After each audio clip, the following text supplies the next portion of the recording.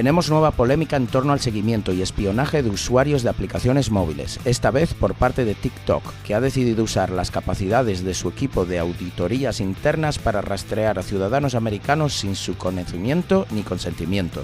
Microsoft falla en actualizar una lista de drivers bloqueados que ransomware ha abusado en ataques del tipo Bring Your Own Vulnerable Driver en la última década y que pudiera haber prevenido muchos de estos incidentes de los últimos 2 años. Bienvenidos a un nuevo episodio de Tierra de Hackers. ¡Comenzamos! Hola y bienvenidos a Tierra de Hackers, tu noticiero de ciberseguridad hecho podcast. Hoy es el 24 de octubre de 2022, este es el episodio número 71. Yo soy Martín Vigo y está conmigo en modo root, con privilegios de administrador y con acceso nivel Dios, Alexis Porros. Hola Alexis, ¿qué tal? Muy bien, Martín. Aquí, como tenga tantos privilegios, yo necesito un poco de control aquí, que a ver si se me va la olla, como dicen por ahí, ¿no? Pero nada, por aquí. Con gran poder viene gran responsabilidad, ¿no? Algo así, que decía Spiderman. Justo. O no sé quién, o el abuelo, no, joder, yo de Marvel y todo esto sé poco. Bueno, igual lo dijo, diciendo las palabras de su tío, creo que era, pero bueno, anyway, como sea. Pues nada, sí, aquí contigo, Martín, un día lluvioso por aquí, por la costa este, y nada, a todos nuestros oyentes, allá donde estéis en el mundo, con días nublados o soleados, en casa o en la playa, que sería lo suyo. Daros siempre, como siempre, las gracias por seguirnos en todas las redes sociales, todas las preguntas, comentarios, sugerencias, noticias que vais viendo, que nos enviáis. Muchas gracias. Queríamos recordaros también que os podéis suscribir ya mismo en vuestra plataforma de escucha favorita para estar al día de todos los episodios que vamos publicando y que los podéis escuchar justo cuando salen calentitos del horno. Estamos en todas las redes sociales, Twitter, Instagram y Facebook, con el handle @Tierra de Hackers, LinkedIn, YouTube y Twitch como Tierra de Hackers. Los emails, ¿a dónde? Pues al podcast @tierradehackers.com, y en Discord tenemos ahí bastantes usuarios, llegando a los 800 pronto. Pues podéis entrar vía tierradehackers.com/Discord. Finalmente, pues agradecer vuestro apoyo a la pregunta del episodio que publicamos, la enviamos siempre en Twitter, y ahí podéis votar. Y en este último caso, en el episodio anterior, la pregunta fue la siguiente: ¿a qué nivel crees que puede afectar este ataque de tipo hyperjacking o malware de hipervisor a usuarios normales como tú y como yo? Teníamos 4 respuestas, como siempre, como normalmente. La más votada, de hecho, con un 51%, pues el nivel que votaron fue medio, porque corren estos votantes corren sus máquinas virtuales en local, seguida de un 23%, elevado riesgo, porque vivo en Matrix. Tenemos un 16%, la tercera, con nulo. La verdad es que no uso virtualización, así que esos usuarios bastante interesantes, nos gustaría estudiar su caso. Y en último lugar tenemos un 10% medio, porque mis máquinas virtuales están en la nube y también es preocupante que estén ahí, que puedan ser vulnerables a este ataque. Así que tenemos a 18% de oyentes que nos escuchan desde Matrix. Me gustaría saber qué plataforma de podcast utilizan para escucharnos en Matrix, tío. Bueno, yo por mi cuenta comentar que Tierra de Hackers va a estar en la conferencia Navaja Negra. Voy a intentar ir yo, que es dentro de 2 semanitas, así que si me veis por ahí con la camiseta de Tierra de Hackers, seguramente tenga pegatinas en el bolsillo, o sea que venir a saludar, que como os decimos siempre, nos encanta estar y conocer a los oyentes. Es una pena que Alexis no pueda, pero bueno, intentamos ir a todas las conferencias de ciberseguridad que podemos. También agradecer a un nuevo mecena que tenemos de Patreon. Muchísimas gracias, Jordi Rivas, por hacerte Patreon y apoyarnos económicamente. Tierra de Hackers, es esencial vuestro apoyo, así que si tú también crees que puedes apoyarnos, pues tierradehackers.com/Patreon o bueno, patreon.com/Tierra de Hackers, como tú quieras. Así que muchísimas gracias. También a nuestro sponsor Monad, como siempre, una empresa que comparte los mismos valores que Tierra de Hackers, hacer la seguridad más accesible y transparente. Nosotros a través de un podcast y Monad a través de una herramienta de gestión y visualización de telemetría de seguridad. una empresa fundada en Silicon Valley y ya sabéis que está buscando empleados incluso en estos tiempos tan turbulentos y además en remoto. Así que ya sabéis, les podéis contactar en su web monad.com, monad.com y concretamente le escribís a tierradehackers@monad.com. Y yo creo que ya con esto empezamos. Y yo pues vengo a hablar de un artículo que Forbes, el conocido medio de comunicación norteamericano, ha escrito, y es que ha tenido acceso a documentación y grabaciones de llamadas internas entre empleados de TikTok que muestran que la empresa madre de TikTok, ByteDance, ha planeado acceder a la geolocalización de ciertos ciudadanos americanos. Forbes publicó hace 4 días un artículo cubriendo esto y me ha llamado bastante la atención, no solo por el tema de que TikTok es usado por millones y millones y millones de personas, sino también porque es una empresa china, basada en China, y que parece que está usando la app pues, para espiar a individuos de otras naciones. En ByteDance hay un equipo que se encarga, digamos, como de asuntos internos, investigaciones contra empleados o ex-empleados de ByteDance cuando ocurre algún tipo de denuncia, despidos, etcétera, ¿no? Esto, la verdad es que es bastante habitual en empresas, sobre todo en grandes, y hasta ahí pues todo bien. Este equipo forma parte del Departamento de Auditorías Internas y Control de Riesgos y está liderado por Song Ye, que reporta directamente al CEO de ByteDance. Como decía, hasta aquí todo correcto, supongo, ¿no? El tema es que la investigación de Forbes menciona que los ciudadanos americanos de los cuales se planeaba extraer información de geolocalización no habían sido nunca empleados de TikTok ni de ByteDance. Dicho de otra manera, si bien existe la capacidad de geolocalizar a empleados de TikTok para, teóricamente, gestionar investigaciones y recopilar más información, parece ser que esa capacidad está siendo abusada por el mismo equipo de la empresa que es responsable de dichas investigaciones para rastrear a ciudadanos de otro país que nada tienen que ver con la empresa a nivel laboral.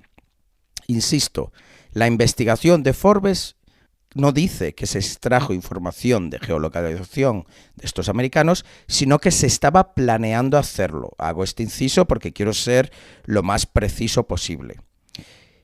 Y no consiguieron pruebas de que ya lo hubieran hecho, pero tal como está redactado, dejan la posibilidad de que sí haya sucedido. Solo que como no han encontrado pruebas de que ya se haya hecho, sino que la documentación que obtuvieron era que se planeaba en algún momento hacerlo, pues claro, lo dejan solo ahí.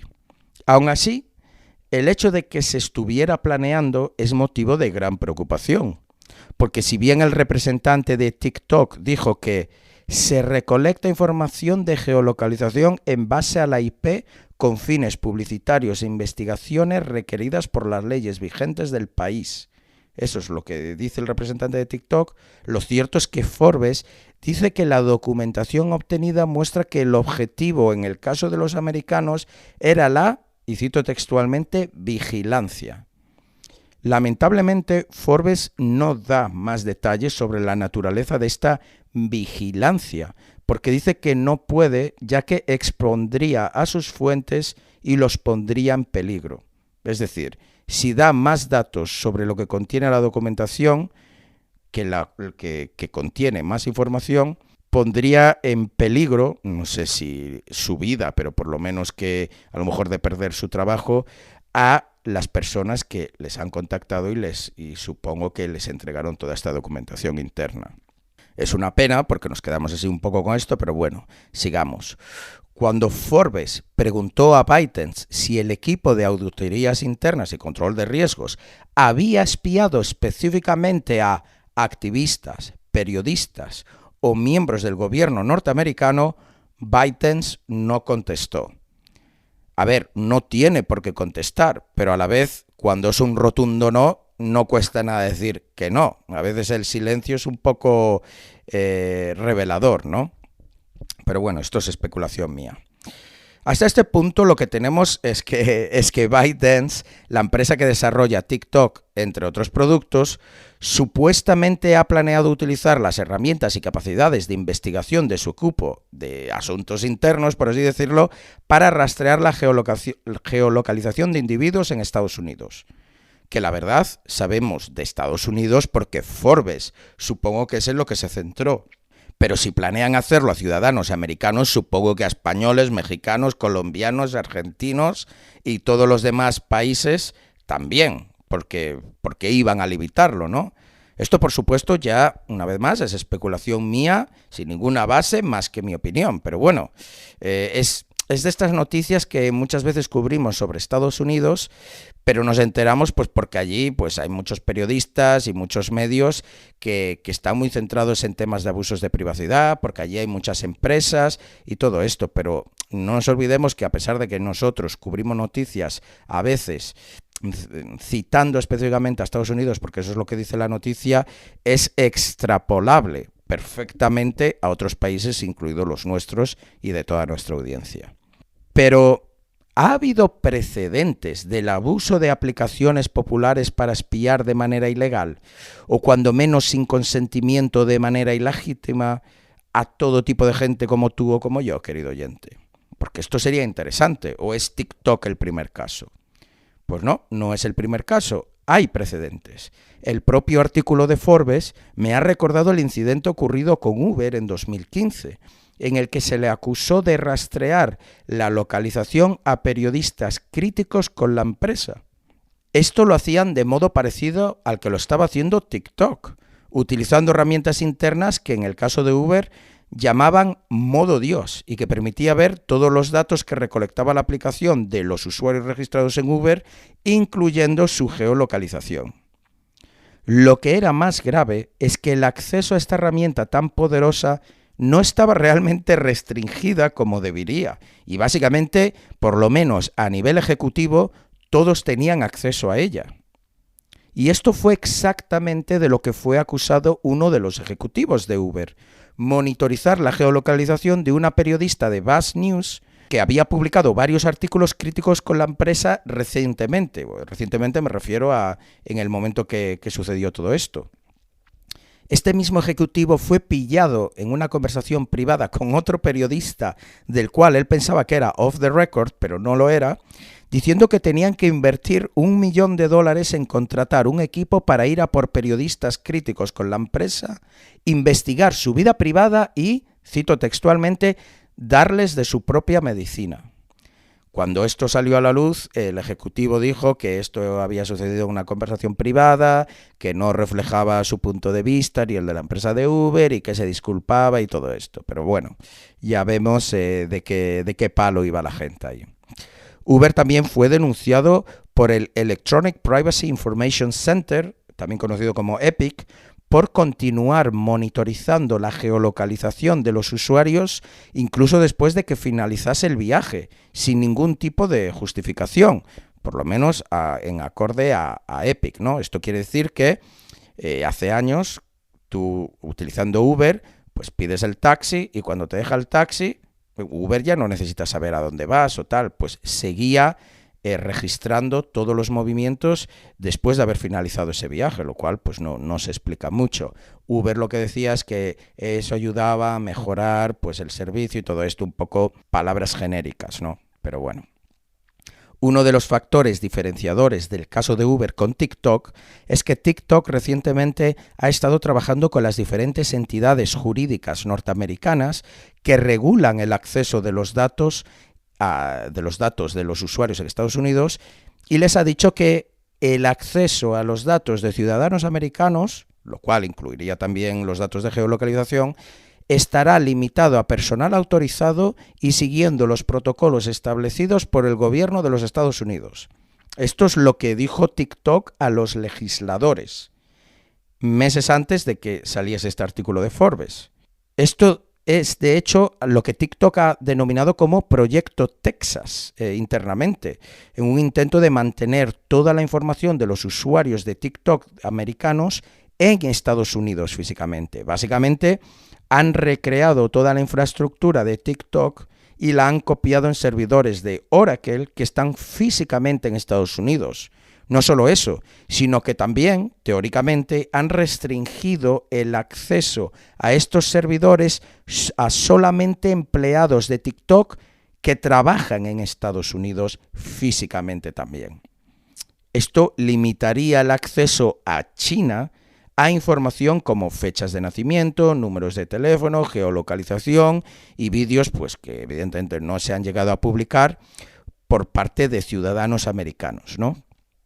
Pero, oh, sorpresa, sorpresa, en junio de 2022, BuzzFeed publicó una investigación en la que mostraba que China seguía accediendo a toda la información generada por los usuarios norteamericanos, mostrando que TikTok había mentido a los reguladores estadounidenses.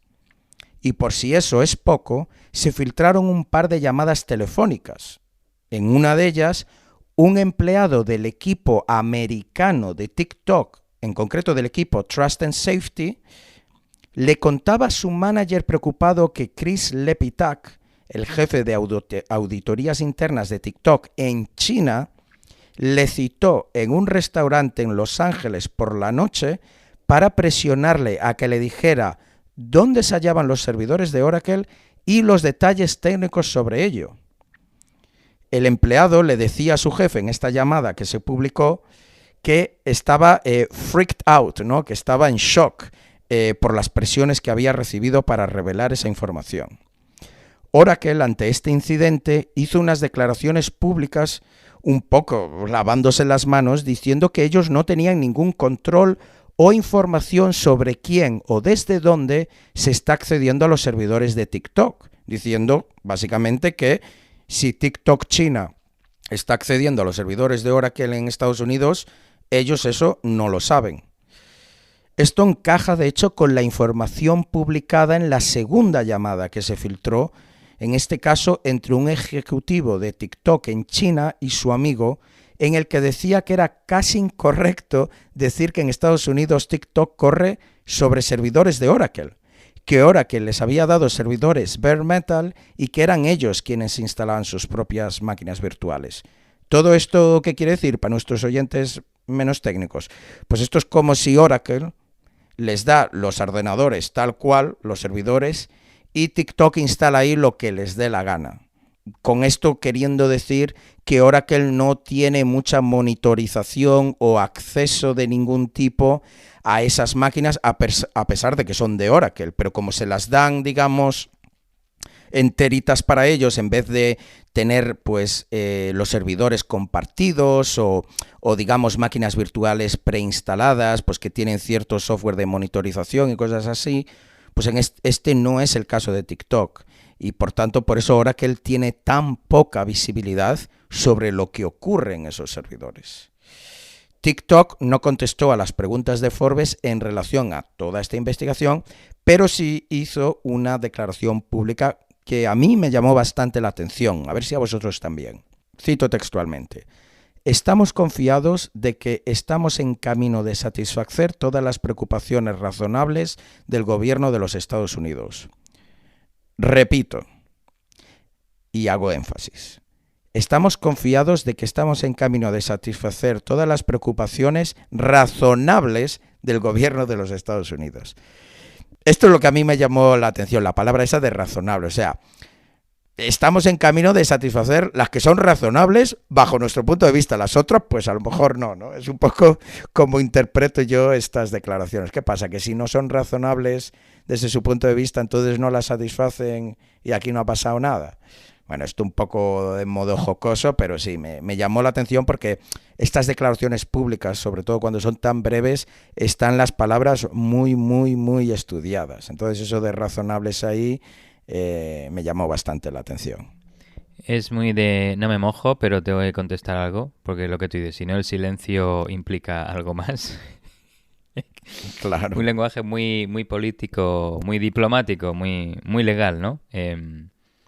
Pero sí, se veía venir, yo creo, porque bueno, como otras empresas grandes, ¿no? Como Google y otras empresas así de social media, ¿no? Que que se ha visto algunas noticias de vez en cuando por ejemplo, en Europa, ¿no? La GDPR, el gobierno de Europa no creo que le ha multado alguna vez a Google, creo que también por aquellos años 2015 por hacer aquello de las direcciones MAC, ¿no? De los usuarios que las almacenaba y con ello se podía, digamos, poder identificar la ubicación de usuarios de Google de alguna forma.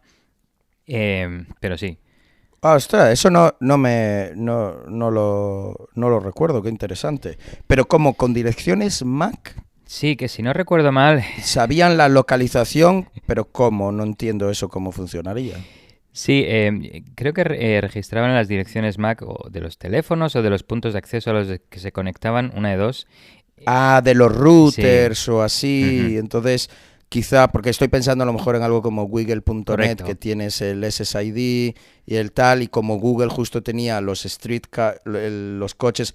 Sí, sí. Ah, Ah, era por sí, los cierto, coches, vale, vale, creo. ya Sí, sí. recuerdo ahora. Mira, Sí, vale, vale, ahora ya recuerdo. Es que estaba pensando en las direcciones MAC del sí, teléfono o del ordenador, entonces no sabía yo cómo traducirlo, pero claro, routers o así, o que... Vale, vale, vale, vale. Sí, sí, sí, sí. sí, Ostras. sí, Pues sí, el GDPR, claro, sí, en parte también Europa, en principio ha habido ahí incidentes con el tema de compartir datos con Estados Unidos, porque allí están todas las empresas de tech, mucho tema con esto de poder servir publicidad y tal, cómo se intercambian entre empresas que tienen 50.000 otras empresas, un rollo como Alphabet, ¿no? Que también está muy regulado como entre las propias empresas de Alphabet se pueden intercambiar datos. Pero sí, TikTok, desde luego, claro, cuando le damos el enfoque de China, pues como que de repente nos asusta más, ¿no? Que a lo mejor es un poco inocente esto, porque lo que debería asustarnos sería Estados Unidos, pero bueno, sí. sí. O sea, esto aplica, digamos, a Estados Unidos, pero no sé si has leído, no he visto mucho yo tampoco, pero esto cómo aplica en Europa, no creo que quisieran rastrear o sea, esto era algo que tenían planeado ellos hacer, es decir, en plan, rascar los datos que iban almacenando, o era una funcionalidad solo desplegada en aplicaciones para usuarios en Estados Unidos o también se despliega en usuarios del resto del mundo de Europa y se activa o no se activa o se almacena la información igualmente y luego es cuestión de buscar o no buscar, o utilizarla para rastrear o no, o cómo... El tema es que utilizaban herramientas internas que están desarrolladas para, como decía, investigar casos de empleados específicos, ¿no? Que hasta ahí pues puede ser normal. Lo que pasa es que pues esta documentación, claro, es que Forbes no da muchos Ya, detalles, ya, es lo malo claro. en esta documentación. Aún así me pareció interesante traerlo, pues por todo, tú incluso has cubierto noticias también de TikTok, según se iba popularizando, porque un poco empezamos el podcast un poco antes de que estuviera TikTok ahí presente, o por ahí cuando estaba despegando. Pero básicamente, claro, es que no cita ni solo dice ciudadanos americanos. No sé si era, pues a lo mejor unos políticos o unos periodistas o a lo mejor alguien crítico con el régimen chino. Es que no lo sé. La cuestión es que no era una feature, una funcionalidad o algo así, sino que utilizaban sus herramientas internas. Al fin y al cabo, si tú tienes la aplicación instalada de TikTok y tienes el GPS activado, ¿no? Pues para geo taguear pues donde haces tus TikToks o a través de la IP mismo se podría, pues entonces ya está, eso lo tienen en sus bases de datos. La cuestión es que teóricamente está regulado a lo que tú puedes acceder. Nadie debería, ninguna empresa debería poder acceder a todo sin ningún tipo de justificación, ¿no? Y es ahí pues eso lo que estaban abusando. Y claro, si recordamos ya, incluso tú hablabas de esto, ya había, digamos, tiranteces, ¿no? Y era cuestionable todo el tema cuando empezó con Huawei, que si la tecnología china desplegada en Estados Unidos era un problema. Por supuesto, lo de Huawei es todavía más preocupante, ¿no? Digamos, por el tema de que son las redes, pues por donde van todas las comunicaciones. Pero claro, TikTok, cuando estás hablando de billones de usuarios, de que se está, pues toda la información biométrica, ¿no? Estás grabando tu cara, pones tus máscaras, eso tendrá que estar regulado a ver cómo se está utilizando del lado de China. Y desde luego en Tierra de Hackers hemos hablado ya varias veces de la capacidad de traqueo y de seguimiento de China, las cosas que se están desplegando allí. Tenemos un episodio, yo creo que hace 4 o 5 episodios que hablamos de eso concretamente, con incluso micrófonos en la calle, reconocimiento facial. Entonces, claro, si estamos dando toda esa información biométrica, pues yo por un lado me gusta, ¿no?, que haya países como Estados Unidos que dicen un poco, oye, vamos a poner aquí un momento el freno y vamos a poner algo de legislación y vamos a hacer que los datos de los usuarios de nuestro país, de nuestros ciudadanos, se queden aquí en nuestro país y los de otro país no tengan acceso. Pues oye, pues no lo veo mal cuando nos enfocamos en nuestra privacidad, ¿no? Sí.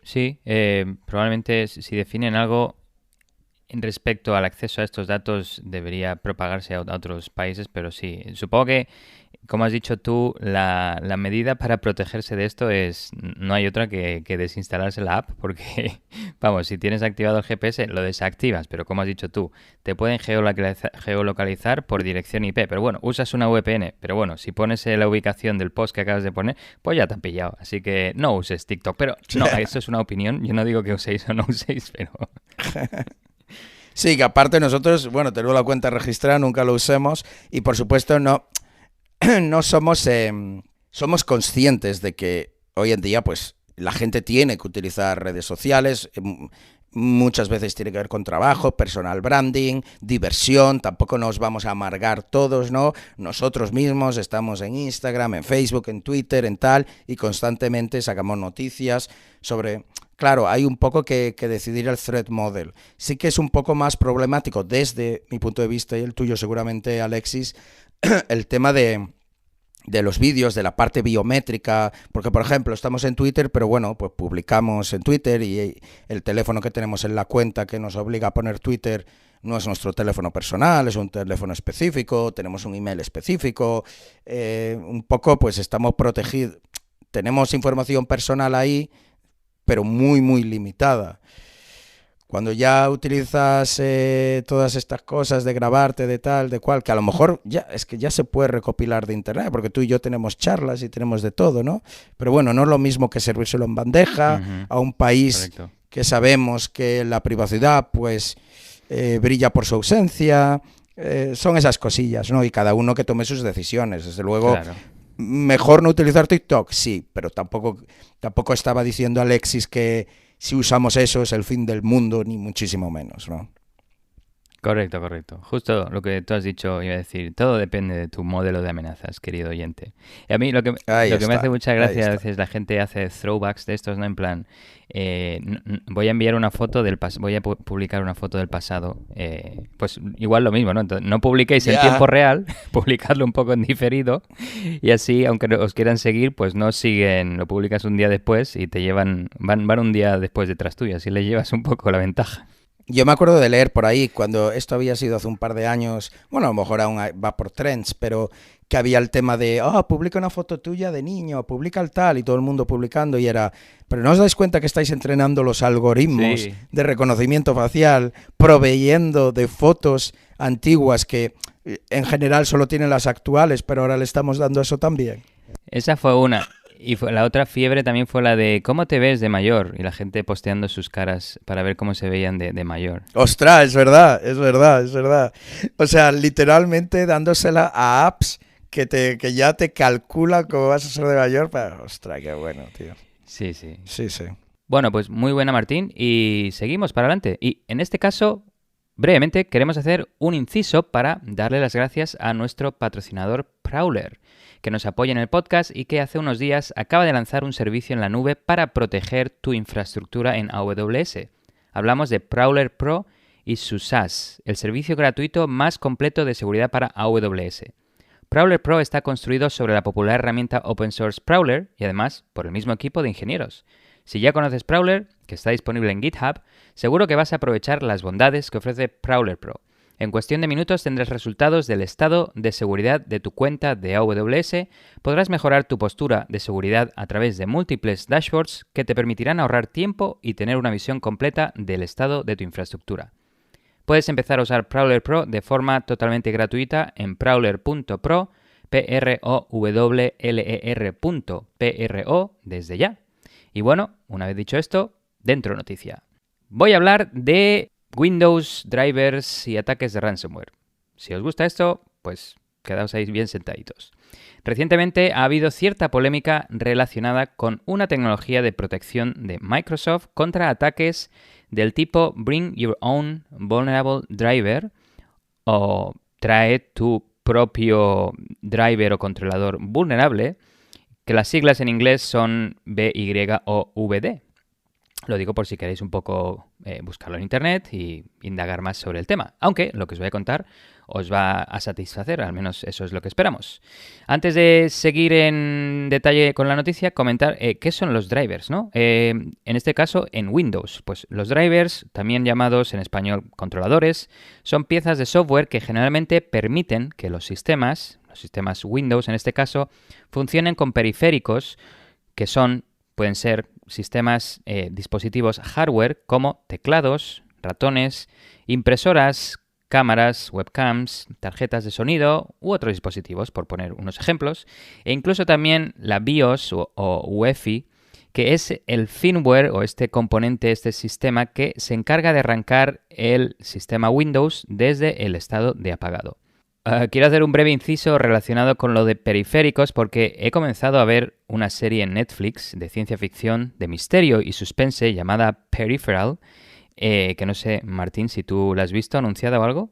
No, todavía no, pero bueno, ya me la apunto porque entre el Neuromancer, el tal, siempre das todas esas buenísimas recomendaciones que me las voy apuntando, tío.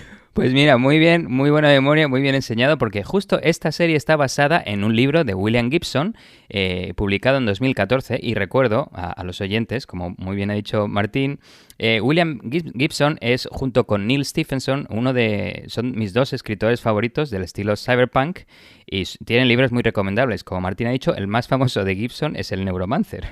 Así que os invito a que veáis la serie, que leáis sus libros. Y esta serie, brevemente, sin hacer mucho spoiler, está ambientada en un futuro cercano con una visión post-apocalíptica en la que se mezclan los simuladores virtuales, el metaverso, la realidad virtual, dispositivos periféricos para controlar avatares físicos reales mediante la mente y métodos cuánticos para la interacción con el futuro. Una serie de ciencia ficción muy interesante que yo, sobre todo con el tema cuántico y el futuro, me quedé un poco... Bueno, estoy en el primer episodio, creo que hay 2, así que vamos a ver qué nos trae más esta serie en los futuros episodios. Volviendo a los drivers. Los hay que corren a nivel de usuario y a nivel de kernel, que estos últimos son los más preocupantes, ¿no? Los drivers de kernel se utilizan para muchas funcionalidades. Por ejemplo, para periféricos, control, análisis y estado del hardware. Para la BIOS y UEFI, pues para actualizar el firmware, lanzar procesos de diagnóstico de los componentes que corren en el sistema o personalización de componentes. Y también lo usan sistemas de antivirus, anti-malware, incluso anti-cheating, esos sistemas anti-trampa que utilizan los videojuegos. Lo utilizan para secuestrar funciones específicas y APIs que son sospechosas porque normalmente son abusadas por malware para realizar sus fechorías.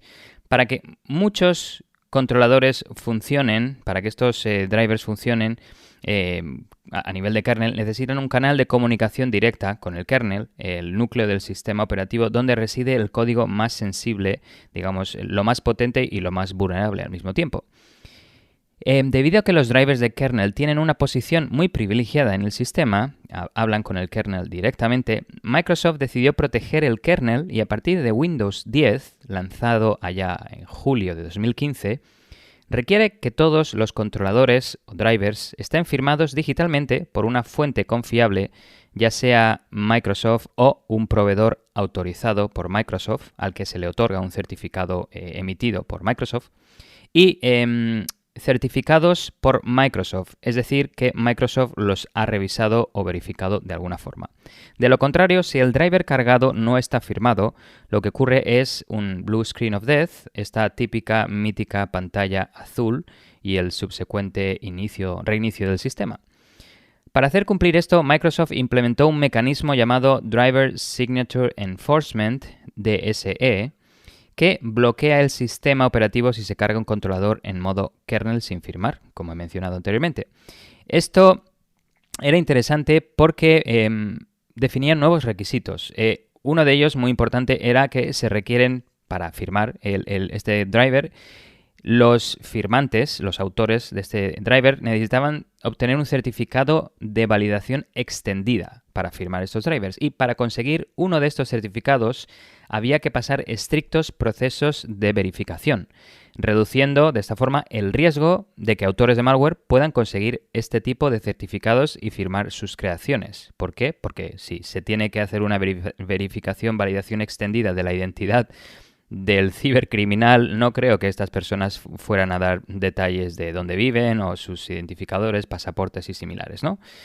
Ok, hasta aquí todo bien, pinta bien, pero hay algunos problemillas y es que solo los nuevos controladores se ven afectados. Es decir, esto no aplica a controladores firmados antes de Windows 10, lo que significa que antes de la publicación de Windows 10, el 29 en concreto de julio de 2015, estos drivers pueden ser cargados por Windows, incluso si el certificado que creó la firma digital del driver está caducado. Y esto, de hecho, hay un ejemplo, deben de haber más de uno, pero yo en concreto encontré uno en internet. Un investigador hizo una prueba de concepto y pudo cargar el driver Mimi DRV.sys, que es un driver que implementa funciones de esta herramienta llamada Mimikatz, que lo que hace es comprometer o dumpear, sacar credenciales que están almacenadas en memoria y las saca en texto claro, entre otros tipos de ataques, ¿no? Pues este driver en concreto, este componente que se utilizó por el investigador en esta prueba, fue firmado por Benjamin Delpy, el autor de Mimikatz, en 2013, con un certificado digital caducado desde 2014.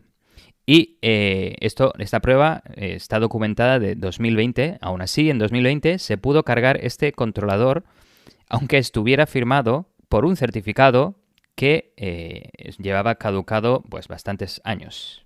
Así que este es uno de los problemas. Y el otro problema es que los controladores de todas las versiones anteriores de Windows, anteriores a la 10, no se verán afectados, no tienen estos requisitos.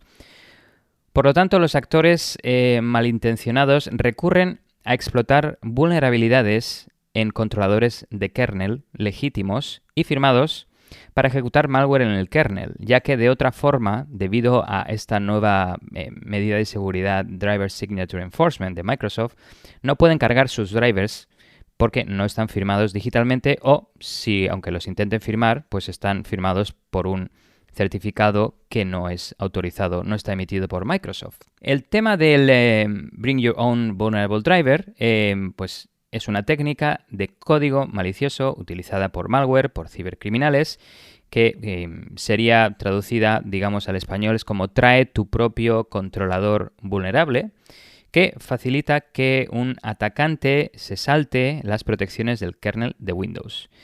En lugar de escribir un exploit desde cero, lo que el atacante simplemente hace es instalar cualquiera de los más de 1000 controladores de terceros que tienen vulnerabilidades conocidas, y es que Microsoft tiene una lista de casi unos 1000, así que dices, los atacantes tienen, la verdad, un buen abanico donde elegir un driver vulnerable, y luego explota esas vulnerabilidades conocidas para obtener acceso a algunas de las regiones más protegidas de Windows, el kernel en este caso. ¿Y por qué esto es interesante para atacantes? Pues porque escalar privilegios es un componente más de un ataque que requiere otros pasos, ¿no? Al fin y al cabo, los atacantes normalmente quieren causar daño, robar datos, cifrar los datos como parte de un ataque de ransomware. Pues hay diferentes pasos que se tienen que dar antes de llegar a un objetivo. En este caso, la escala de privilegios es uno de los pasos que requiere otros pasos. Abusar de un driver de kernel vulnerable sería otro paso que además puede facilitar siguientes pasos, como pudieran ser saltarse o deshabilitar mecanismos de seguridad de Windows y sistemas antivirus o antimalware, acceso directo al hardware y periféricos y potencial modificación de estos drivers y firmwares y modificar el firmware del sistema, ya sea BIOS o UEFI. Esto lo que puede permitir es muy interesante y muy impactante porque permite persistencia al atacante incluso después de la restauración del sistema. Es decir, que si te das cuenta que algo es sospechoso en tu sistema y haces una restauración del sistema por completo, pues tú piensas que lo has eliminado todo, lo has instalado, está limpito tu sistema desde cero, pero como el malware está a nivel de BIOS UEFI, pues cuando se reinicia tu sistema, en cualquier momento se puede inyectar, se puede hacer un drop de una DLL, de cualquier componente, que vuelva a hacer de las suyas, se establezca una conexión inversa a un servidor de Command and Control, o vuelva a cifrar tus datos con un ataque de ransomware, ¿no? El escenario de ataque en concreto sería, supongamos que un atacante ya ha comprometido un sistema objetivo y ahora tiene una ejecución de código arbitrario. Pero este código tiene los permisos de un proceso de modo de usuario, que puede ser un usuario con privilegios de administrador, pero incluso el administrador tiene permisos limitados. Hay que clarificar que en Windows los privilegios de administrador no son los mismos que los de kernel. A pesar de que administrador suena modo super privilegiado, modo kernel todavía es mucho más privilegiado, ¿no? Entonces el objetivo de un atacante es escalar sus privilegios aún más allá de administrador a nivel de kernel para hacer más daño. Y de esta forma se puede ver a esta técnica de Bring Your Own Vulnerable Driver como un proxy para que el atacante realice operaciones privilegiadas como kernel. Por ejemplo, un controlador de Dell, por poner un fabricante de los que son vulnerables con sus drivers, puede tener una función para escribir en un archivo en el sistema, digamos en la carpeta System32, que está muy protegida e incluso administradores no pueden escribir en esa ubicación, solo a nivel de kernel. Pero este driver vulnerable de Dell no realiza una verificación adecuada de los parámetros de qué se va a escribir, de quién lo está escribiendo y de qué archivo se va a sobreescribir. Entonces, el atacante lo que hace es cargar este controlador vulnerable y abusa de la vulnerabilidad y utiliza la función que le permite modificar un archivo en System32 y pues a partir de ahí ya realiza todos sus objetivos del ataque, que como he dicho puede ser exfiltrar información sensible, credenciales o realizar ataque de ransomware y cifrar los datos. Una de las limitaciones de este ataque de Bring Your Own Vulnerable Driver es que para instalar y cargar un driver se necesitan permisos de administrador, ¿ok? Pero no para usar de un driver ya instalado y cargado que es vulnerable. En este caso, si hay un driver vulnerable instalado y cargado en el sistema, con ser un usuario normal es suficiente. Voy a comentar algunos ataques reales de Bring Your Own Vulnerable Driver que han habido a lo largo de los años. Empresas de ciberseguridad como Eclipsium, que se enfoca en seguridad en hardware y firmware, y ESET, una gran empresa de antivirus y antimalware, han publicado sus análisis e investigaciones a lo largo de los años, enumerando todos los ataques de este tipo y las vulnerabilidades que explotan, así como potenciales medidas para protegerse. Se tiene constancia de que cibercriminales llevan utilizando malware que abusa de este ataque de trae tu propio driver vulnerable desde 2012. Y el primer malware que utilizó este ataque fue Slingshot, que es una plataforma de ciberespionaje descubierta por Kaspersky en 2018 y se cree que ha estado activa desde al menos 2012. Los actores detrás de este malware decidieron implementar su módulo principal como un controlador en modo kernel. Luego se añadieron más casos de malware que abusaban de este ataque, como LowJax, Invisimall y Robinhood. LowJax fue interesante porque abusó de una funcionalidad de controlador similar para instalar implantes maliciosos dentro del firmware de un dispositivo víctima y persistir incluso después de una reinstalación completa del sistema operativo. Esto fue pues, que se infectó la BIOS UEFI y por eso tuvo persistencia incluso después de una restauración completa del sistema. Más recientemente hemos visto una ola de nuevos ataques de este tipo. Uno de estos ataques a finales del año pasado fue llevado a cabo por el grupo archifamoso Lazarus, que hemos cubierto anteriormente en el podcast, respaldado por el gobierno de Corea del Norte. Utilizó un driver de Dell de hecho, el caso de ejemplo que mencionaba antes, que estaba dado de baja, estaba, digamos, bloqueado o marcado como vulnerable con una vulnerabilidad de alta gravedad para comprometer a un empleado de una empresa aeroespacial en Holanda y también a un periodista político en Bélgica. En junio de este año, los delincuentes que propagaban el ransomware Avos Locker también abusaron de un driver vulnerable del anti-rootkit de Avast, una solución de ciberseguridad anti-malware, anti-rootkit, anti-virus, para saltarse el análisis del antivirus y de esta forma ser indetectable. En julio, luego vino un grupo de amenazas de ransomware que comprometió a una empresa y luego instaló el controlador MHYPRO 2.6 en sus sistemas, un controlador anti-cheat del videojuego Genshin Impact, para abusar de una vulnerabilidad en este controlador y de esta forma escalar privilegios, exfiltrar datos, moverse lateralmente en una empresa, la que comprometió, y de ahí pues desplegar finalmente su ransomware en varios de los sistemas de la empresa. De hecho, si queréis saber más detalles sobre esta última noticia, este último incidente, podéis escuchar el episodio 67 de Tierra de Hackers, donde cubrí este suceso. Y más recientemente, los ciberdelincuentes, de hecho, esto ha sucedido esta semana, se ha publicado esta semana, pero debe haber sucedido hace unas semanas o incluso un mes, pues unos ciberdelincuentes desplegaron el ransomware Blackbyte instalando y luego explotando un controlador defectuoso de otro fabricante, en este caso MSI, que es una utilidad de overclocking de tarjetas gráficas ampliamente utilizada. Como veis, todos los drivers que se abusan y son vulnerables son legítimos y se utilizan no para hacer el mal, sino para hacer el bien. Según el análisis a fondo de Eclipsium, en 2019 encontraron que el problema de los controladores inseguros está muy extendido y afecta a más de 40 controladores de al menos 20 proveedores diferentes, incluidos todos los principales proveedores de BIOS, así como proveedores de hardware como Asus, Toshiba, Nvidia y Huawei. No solo eso, sino que todos los controladores vulnerables que descubrieron fueron certificados por Microsoft.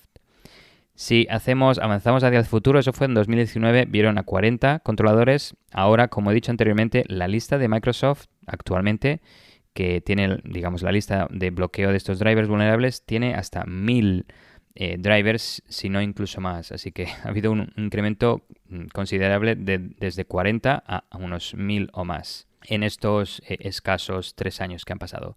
Los drivers firmados, quiero hacer una mención, estos drivers firmados y certificados parecen seguros, pero no siempre lo son. ¿Por qué? Pues porque a pesar de que están firmados y certificados y, digamos, validados, le han dado el visto bueno, Microsoft les ha dado el visto bueno, pueden tener vulnerabilidades y abusarlos sería, como se ha visto en los ejemplos anteriores que he mencionado, sería como usar una capa de invisibilidad para los sistemas de seguridad de Windows o cualquier otro tipo de sistema de seguridad.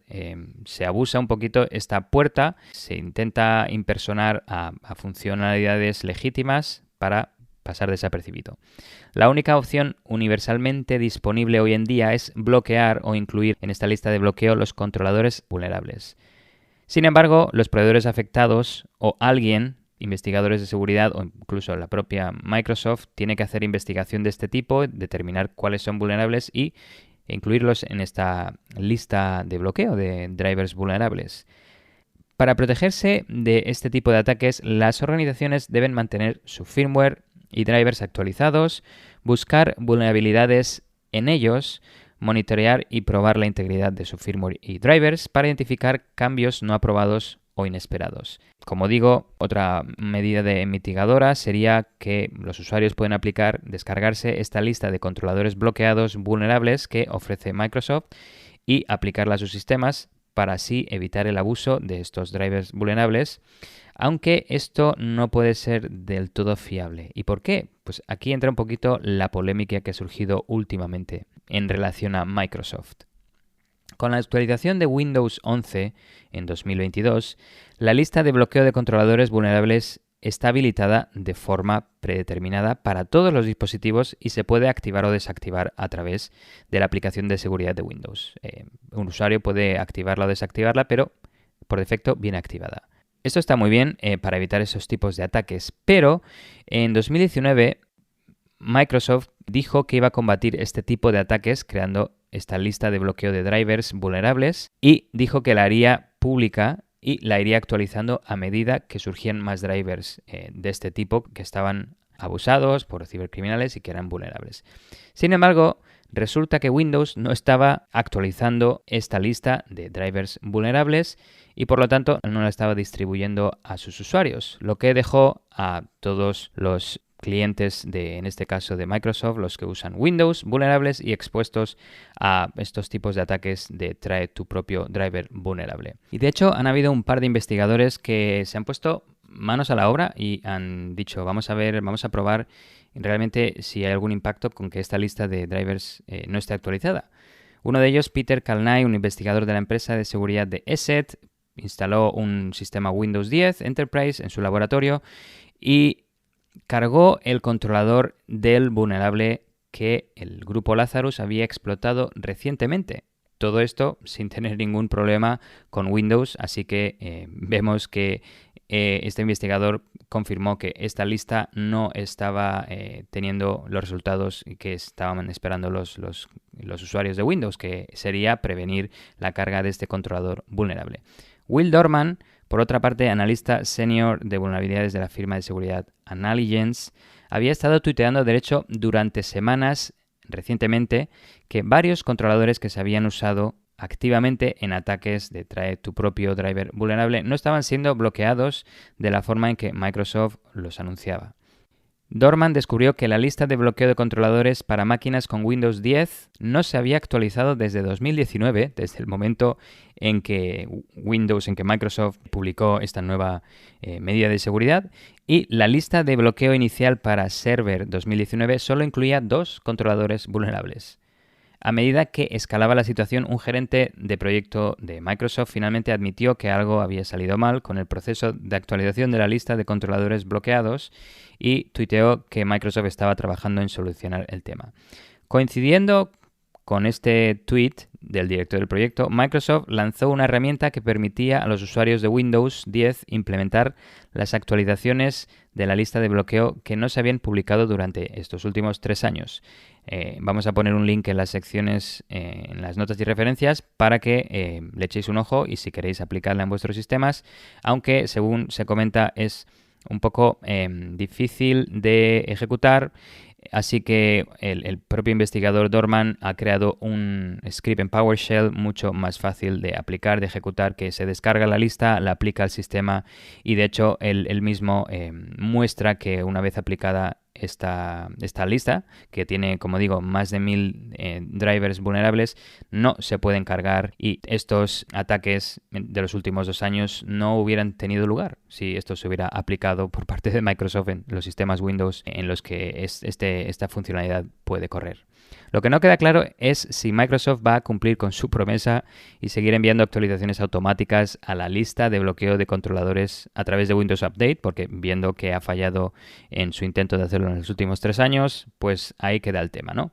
Toda esta polémica es la que queríamos traer, así que uno a veces se cree que está protegido por temas de antivirus, por una configuración segura que ha desplegado, confía en los fabricantes del sistema operativo, en este caso Microsoft, y bueno, aquí nos ha dejado un poco decepcionados. Pero con todo esto, en cualquier caso, llegamos a la pregunta del episodio, queridos oyentes, que es la siguiente. ¿Qué medidas aplicas para protegerte de este tipo de ataques de Bring Your Own Vulnerable Driver o trae tu propio driver vulnerable? Tenemos 4 opciones. La primera es nada, no me afecta. La segunda es yo me fío de Microsoft, así que lo que Microsoft me aplique, pues yo confío en Microsoft. La tercera es uso antivirus o los EDRs, XDRs, estos Endpoint Detection and Response, o Extended Detection and Response. Y la última, utilizo muchas capas de securización, mucho hardening y con eso intento estar seguro. Muy interesante la pregunta. Sí, el tema de los drivers y tal ya entra, eso lo hemos visto sobre todo con ataques sofisticados a nivel de APT. No es algo que sea tan común, ¿no? que solemos ver. De hecho, estaba pensando, según dabas la noticia, el tema de Stuxnet había sido a los drivers, ¿no? De las centrifugadoras, donde habían encontrado la vulnerabilidad, ¿no? Pues ahora la memoria no me llega tanto. Yo recuerdo que abusaban de 3 vulnerabilidades o 4 de Windows. Una de ellas era un acceso directo, algo así. Pero no sé si era un driver o era de hecho un driver el que ellos hacían un drop. No sé, tendría que investigar. Pero sí, para los oyentes que no recuerdan, lo de Stuxnet fue una operación encubierta por parte de Estados Unidos e Israel, supuestamente, pero fue Estados Unidos e Israel, contra el programa nuclear de Irán, en el que consiguieron infectar ciertos componentes de las centrifugadoras, y la verdad es que fue una operación muy exitosa, y por tanto pues podría ser un claro ejemplo de problemas, ¿no?, que puede surgir de vulnerabilidades en drivers y componentes así. Sí, lo que has mencionado antes también quiero volver un poquito a ese comentario. Sí, parece que esto, y de hecho la noticia igual se ve un poquito más técnica que muchas de las noticias que comentamos, pero digamos el trasfondo es que no solo esta técnica puede ser más vista, más digamos más espectacular, ¿no?, más avanzada, grupos APT utilizándola, pero también quería mencionar que tampoco hay que irse tan lejos porque hay gente que abusa de estos drivers vulnerables para instalarse, no sé, sistemas, por ejemplo, los sistemas de anti-cheat, pues algunos los han abusado para desactivarlos y de esta forma poder jugar, poder aplicar sus propios cheats en videojuegos. Y estos son usuarios normales, personas, de hecho, que usan, que juegan a videojuegos, que son bastante técnicos, ¿no?, pero no son a nivel de APT. Así que estas personas, estos jugadores, pues se han descargado pues archivos, estos frameworks que abusan de vulnerabilidades en estos drivers, por ejemplo, de sistemas de anti-cheat, para desactivarlos y de esta forma poder hacer trampas en videojuegos. Así que normalmente igual, como hemos mencionado antes de la anterior noticia, todo depende de tu modelo de amenazas. Pero hoy en día, después de 10 años, esta técnica está un poquito democratizada, así que sería relativamente fácil que usuarios de a pie como tú o como yo pudiéramos lanzar este tipo de ataques. Pues bueno, muy interesante. Hemos tenido una de privacidad, otra un poquito más técnica, y hasta aquí hemos llegado, como siempre. Recordad que nos podéis seguir en redes sociales, como mencionaba Alexis, nos podéis escribir a podcast@tierradehackers.com. Recordad, por favor, compartir el podcast con amigos, con compañeros, con toda la gente que sepáis que les va a gustar. Crecemos día a día y queremos seguir creciendo. Y como decía, vamos a estar en esa conferencia. Si alguno de los oyentes estará por allí, asegurados de venir a saludarme y a lo mejor os doy alguna pegatina, seguro que os la doy. Y nada, muchísimas gracias por escucharnos hasta el final. Sí, pues me encantaría ir contigo a la conferencia, Martín, pero no va a poder ser, aunque de todas formas, mira, me quedo con que veo a los oyentes a través de tus ojos. Y por cierto, Martín, ¿dónde tiene lugar esta conferencia? En Albacete, y una de las mejores cosas de la conferencia son los Miguelitos, que reparten por allí a diestro y siniestro, que es un postre típico de la zona que está buenísimo. Ese fin de semana me convierto en un zampabollos, literalmente, además. Qué bueno, pues me encantaría probarlos, pero ¿qué fechas es la conferencia? Es dentro de 2 semanas, te digo ahora. Es del 10 al 12 de noviembre en Albacete. Les estamos haciendo aquí publi gratis porque se la merecen, que es una conferencia muy chula a la que ya he ido en alguna ocasión. Pues nada, lo dicho, que me encantaría estar ahí contigo, Martín, para disfrutar de la conferencia y conocer a los oyentes, pero si no se puede, a la próxima. Y os invitamos a todos a asistir, a conocer a Martín y a que os dé alguna pegatina. Venga, nos vemos y nos escuchamos. Adiós, adiós. Chao, chao, que vaya bien. Si te ha gustado este episodio y quieres ayudarnos a seguir con el podcast, compártelo con tus amigos y compañeros. Con tu apoyo podremos atraer y despertar el interés por la ciberseguridad de mucha más gente. Acuérdate de dejarnos un comentario y una valoración donde nos estés escuchando. También puedes seguirnos en Twitter, Instagram y Facebook. Te esperamos en el próximo episodio de Tierra de Hackers.